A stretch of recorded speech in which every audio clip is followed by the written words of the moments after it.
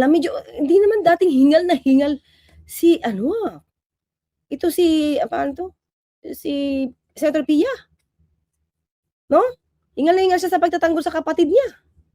Saan na ba 'yun? Teka lang, bilisan natin ng konti. Playback speed, dito tayo konti, asan na, okay. I vote. The lady has 2 minutes. Thank you. Dear colleagues, my explanation includes a reminder to all of you na kung hindi niyo kasundo si Alan, malamang kasundo niyo ako. So, Kailangan talaga sabihin 'yun? sarado ang pag-iisip niyo na si Alan nagpaliwanag, ako naman ang magpapaliwanag, pagbigyan niyo naman ako. But what I'm saying is not new from what Senator Alan Cayetano expressed, and I have here copies of the Hingal na hingal siya eh. Bakit ba? Ba't siya hingal na hingal? constitutional verbatim debate. Pero mga klira, pansin na ng Fez, parang bagong bagong tulog Fresh na fresh. Fresh na fresh. Okay. On this provision. And as Senator Alan read, sinabi ni Mr. Monsod, Oh, hingal-hingal siya. is it not understood that when the President of the Philippines is on trial, it is the only time when the Chief Justice of the Supreme Court will preside? Is it necessary to say that the Senate President will preside during all other times? Hey, Constitution that the Senate President will preside during all other times. Ang sagot ni Mr. Davide, Mr. Presiding Officer, I precisely presented that because we have a distinction when it comes to the Chief Justice of the Supreme Court. But with that clarification, in all other cases, it would be the President of the Senate who will be. I withdraw. Okay. Ito yun mga kapatid. Kita natin. Yan. Basa nyo ba? Ito mga kapatid, sabi dito, gusto niya ilagay sana, in all other cases, the President of the Senate shall preside. Gusto niya palagay ni Mr. Davide. Sabi ni Mr. Monsod, kailangan pa ba yan? Is it necessary to say the Senate President shall preside during all other times? Diba? Ngayon, gumib up si Mr. Davide. Agad. Sabi niya, I precisely presented that because we had a distinction when it comes to the Chief Justice of the Supreme Court. But with that clarification, that in all other cases, it would, nabago na yung word, di ba? It would be the President of the Senate who will preside. I withdraw the amendment. Di ba? So, ang understanding niya, opinion lang to mga kaklira, sabi nga nila, ito yung intention, di ba? Intent of the framers, sabi niya. Sabi niya, kailangan pa ba ilagay na ang Senate President shall preside? Medyo gumibab agad si Davide. Sabi niya, okay. Ngayon na may clarification na ang Senate President will preside. Diba? It would be the President of the Senate who will preside. I withdraw the amendment. So, hindi nalagay ito. Hindi nalagay. Hindi siya nalagay. At ano ngayon yung intent? Will or shall? Diba? So, dito, pag the Senate will preside, walang sinasabing hindi pwedeng iba na miyembro ng Senado ang mag-preside. Kuha nyo? Okay. But with that clarification that it in all other cases, it would be the President of the Senate who will preside. Pero walang nakalagay excluding others. Diba? Wala. Kung pwede sinabi na, only the Senate President shall preside in all other cases. Maliwanag na yun sa konteksto ng konstitusyon. Kung ito ang uusapan nila, okay, sige, pwede naman pala that in all other cases, it would be the Senate President who will preside. Pero hindi nila ini-exclude yung iba. Diba? Hindi siya shall At hindi na ilagay. Kung ganito lang ang labanan natin, di ba? Pwede mong questionin yan kasi yan lang yung napag-usapan. Pero, anong nilalaman talaga ng Constitution? Hindi pinalagay Di ba? Hindi siya pinalagay. Ano ba nakalagay sa Constitution? Wait, Ito yung nakalagay sa Constitution, mga kalipat. Okay? Kasi, ang pinupunto ngayon dito ng Cayetano siblings, mga kalipat, yung napag-usapan na yun daw yung ibig sabihin. Excluding others. Yeah? Pero nakalagay kasi dun sa Constitution, when the President of the Philippines is on trial, the Chief Justice of the Court shall preside, di ba? Shall preside, but shall not vote. Ito, no person shall be convicted without the concurrence of the 2/3 of all the members of the state. Ito lang.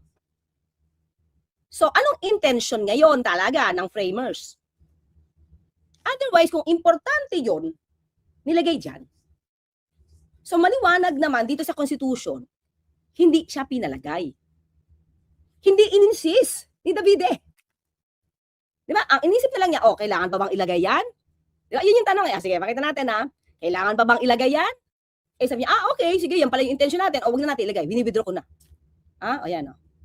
So, walang nalagay. That up in 1987, but the phrase Is it not understood that when the president of it is the only time when the Chief Justice of the Supreme Court will preside?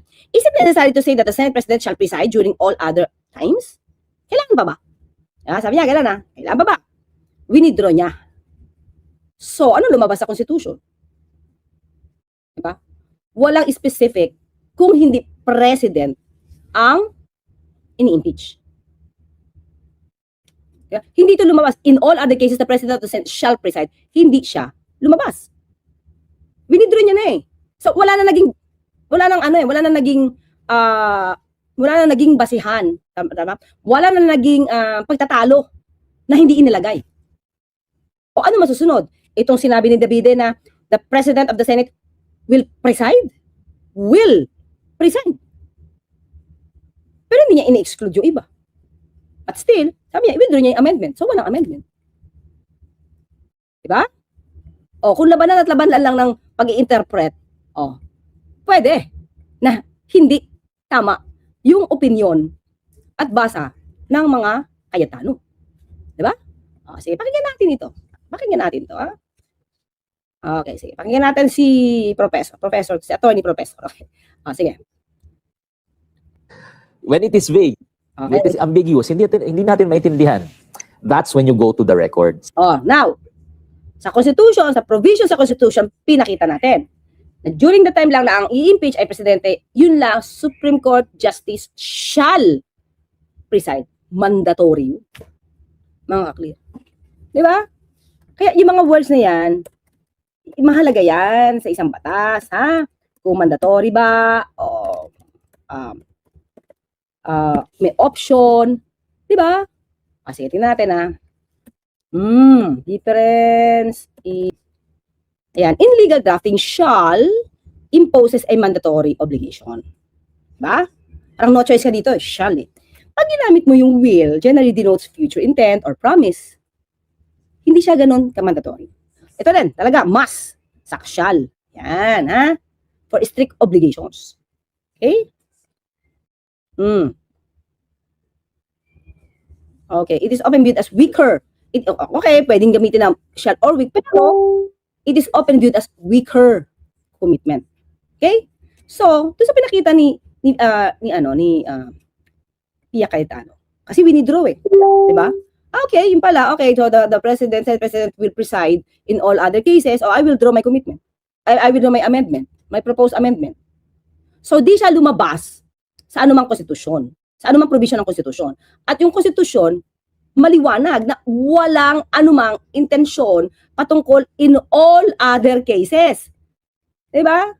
So, mangyayari dyan, kung sino ba nagpe-preside? Okay, Senate President, siya nagpe-preside. Pero hindi siya mandatory na siya yung magpe-preside. Hindi siya nakalagay shall. Okay? But in fact, is this provision vague or ambiguous? Not at all. Hindi, di ba? Hindi. Because when the Constitution... Tatanong dito, yung Constitution ba vague? Para bigyan ng ibang interpretasyon? Or pumunta ka doon sa notes nung dinadraft ito? Sabi niya, hindi siya vague. Constitution is there to stop, prevent, or restrain government. If it does not stop, prevent, or restrain government, then it's not part of the things that government cannot do. Okay. So since wala sa listahan ng mga bawal gawin ng isang Senate impeachment court ang pumili kung sino magpe-preside, kung hindi naman presidente ang ini-impeach, hindi yan bawal. Diba? Kaya nga dapat nakalagay, kung sana pina-amend ni Davide, Senate President shall preside in all other cases. Diba? Excluding others. Dapat ganun, very specific. Dito wala Hindi nga niya nilaban kasi. Hindi niya nilaban, di ba? So wala sa provision. So hindi nga yun yung intention ng framers ng Constitution lumalabas. Otherwise, kung mahalaga yon, nandun yun. At ginamit yung word na shall. Di ba? Yan yung sinasabi ni yan yung sinasabi ni Senator Marcoleta, wala ka kasing legal background. Diba? So kung pag-uusapan at debate lang talaga, at yan lang ang ipe-present ng mga Cayetano. Diba? Kung if it is really important and it is really it should be part of the Constitution, it should have been included in the provision. Eh, hindi. Winidraw niya agad eh. Okay. So, okay na pala. Ang Senate President will preside. Ito mga klira. Pakita ko lang ulit Yan o. But with that clarification that in all other cases, it would be the President of the Senate who will preside. That's one. Tama ba? Who will preside? I withdraw the amendment. So, hindi pumasok ito yung gusto niya. Okay? So, kaya nga sabi, hindi vague. Hindi vague. Yung sinasabi ng konstitusyon. Kaya, hindi ka pwedeng magdagdag ng pinagbabawal. Okay? I don't want you to read the mind of Alan Cayetano, but do you think he really believes this? That it's a constitutional issue? Well, we will know if he raises it to the Supreme Court, and I'm gonna be surprised because he did mention procedural due process because iba yung presiding I think that's a bit of a stretch already because the presiding body is the Senate as an impeachment court. The presiding officer is tangential to that. It doesn't really go to the heart of due process. Okay. Punta tayo ngayon dito mga clear. Share ko to Sige. Panfilo Lacson also mentioned that there might be an impeachment manager. What will be the difference of an impeachment manager with the presiding officer, and would that role be needed in the impeachment trial? That is not really mentioned in the Constitution, but the Senate can adopt rules to effectively carry out the provisions on the impeachment process. And appointing a manager is, I think, within the capacity of the Senate to do. It's really, as I understand it, someone who will assist the presiding officer in the performance of the required duties of a presiding officer. So it's assisting him together with the clerk of the tribunal. And speaking of amending the rules, during the June 3 session, senators amended the impeachment rules, which would allow a presiding officer to be elected. It wouldn't be automatic that the Senate President would be the presiding officer. Do you see any problem with this amendment? I don't see any problem. The Constitution only says that if the President is the one on trial, the Chief Justice shall preside but cannot vote. It's silent on who would preside in case someone else is on trial, including the Vice President. So normally the rules of the Senate will apply. And without any other provision, the Senate President will preside. But the Senate can provide for another presiding officer among them. Di ba? Maliwanag yun mga clear Maliwanag yung topic dito. Kaya nga sabi ko, bakit ba hingal na hingal ang mga Cayetano para hindi gawing presiding officer si Senator Cheese Escudero. Diba? Let's face it, real talk tayo mga clear. Kasi si Senator Cheese, si Senator Sherwin ay hindi siya lawyer. Diba? Diba? So, since hindi siya lawyer, mahirap, alam yun, masyadong technical siguro. Para sa kanya, yung ibang mga words, yung ibang proseso, paano siya mag-rule sa motion, paano niya i-deny yung mga objection, sustain, overruled. In a way, I mean, let's face it, diba, hindi siya parte ng legal world. Diba? Hindi siya wala siya sa legal practice hindi siya practitioner. Hindi siya litigator. Hindi siya nasa litigation, practice. Yan, hindi siya nasa litigation. So, definitely, at feeling ko lang, yun yung purpose kung bakit nila tinututulan na iba. No? Bakit dapat Senate President lang? No, dapat Senate President lang. Hindi pa ding iba. Diba? So, humanap pa talaga sila ng baback up sa kanila para hindi lang makakuha ng lawyer as presiding officer. Diba? Siguro isa pa, tutol sila kasi dati nila yung ka-13 eh. Diba? Dati yan sa ka-13. Tapos biglang pumunta kaila sa grupo ng nila Senator Gatchalian. Diba? Pero feel ko talaga is ang purpose nila is di yan lawyer, dapat siya mag-preside, kayang-kaya yan, kahit anong motion natin yan, medyo bardagulan natin, kaya. Kasi legally, sasabihin nga ni Senator Marcoleta, wala siyang legal background. Medyo in a way, mahihirapan siya na, di ba, magtansya. At alam yun ni Senator Sherwin. Alam niya yung capacity niya. Alam niya yung capacity niya. Pero pinakita ko naman sa inyo, mga kaklira, kahit questionin pa natin yung sinasabing intent, mga clear, hindi iyan na ilagay sa konstitusyon at hindi iyan na pag-usapan ng detalye, nag-give up agad si Davide. At may word pa siya sa ilalim na will preside. Okay?